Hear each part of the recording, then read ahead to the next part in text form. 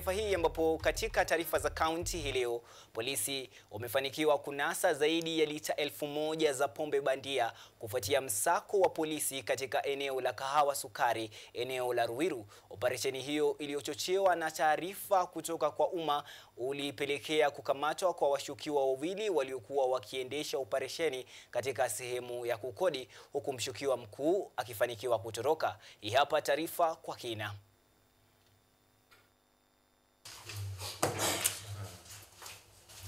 Zaidi ya lita 1000 za pombe bandia na maelfu ya chupa ya pombe zimepatikana na kuharibiwa katika msako uliofanyika katika kiwanda haramu cha kutengeneza pombe katika eneo la Kahawa Sukari, eneo la Ruiru. Ni si mzuri sababu kutengeneza pombe ambayo ijapitishwa na serikali ni kitu mbaya, tena kupatia wale watu wananchi wakunywe. Na kwa mbaya ya pili kwa wale ambao wanauza pombe sana sana kwa lika ya Kahawa Sukari ama Kenya mzima, wakuwe waangalie kwa wale watu wanawauzia pombe, sababu kila pombe iko na kampuni yake. Wakuwe wanajua mwenye anawauzia pombe wauzia mtu lazima kuwe ako na license ambayo ni ya kampuni. Hii sio mara ya kwanza, kuna wakati mwingine ilifanyika namna hiyo. Nafikiri 2023 na tuliweza kufanya tu namna hiyo na ilienda ikanyamaza kidogo, lakini ile kitu ningeenda kuambia neighbors wote especially wa Kahawa Sukari, ni lazima kila mtu ajue jirani yake na ajue jirani yake anafanya nini na anakaa namna gani. Msako huo uliofanikishwa kufuatia taarifa ya umma ulihusisha timu ya mashirika mbalimbali ikiwemo wafanyikazi wa mamlaka ya KRA, wasimamizi na maafisa wa polisi.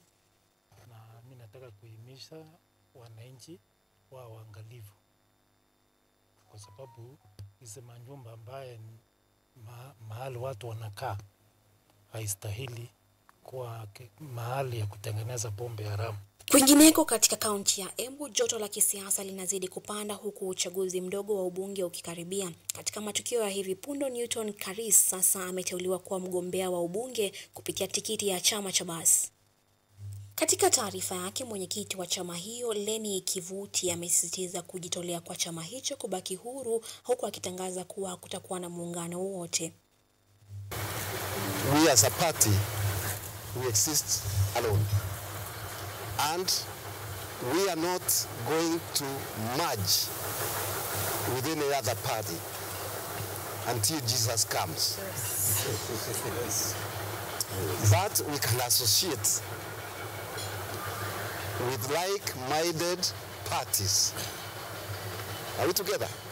We can associate with like-minded parties if there are some other parties out there which have the same aspirations like us. We can sit together.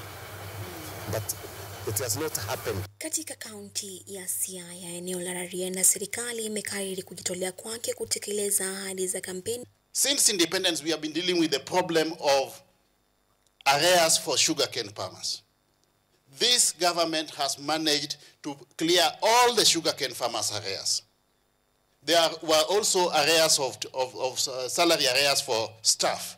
That again is substantially sorted out. What we are now pursuing is a feasible and sustainable mechanism of ensuring that those sugar companies again are revitalized and they operate at optimal capacity utilization level. We want to upgrade the Kisumu International Airport so that we are able to export our produce directly either from the lake or from the farm. Owalo vile alitaja juhudi za kufufua sekta za sukari na pamba, kushughulikia usalama wa wachimbaji wa madini nchini na kulipa deni lililokuwepo kwa wakulima wa sukari. Yvonne Kemuma, runinga ya KU.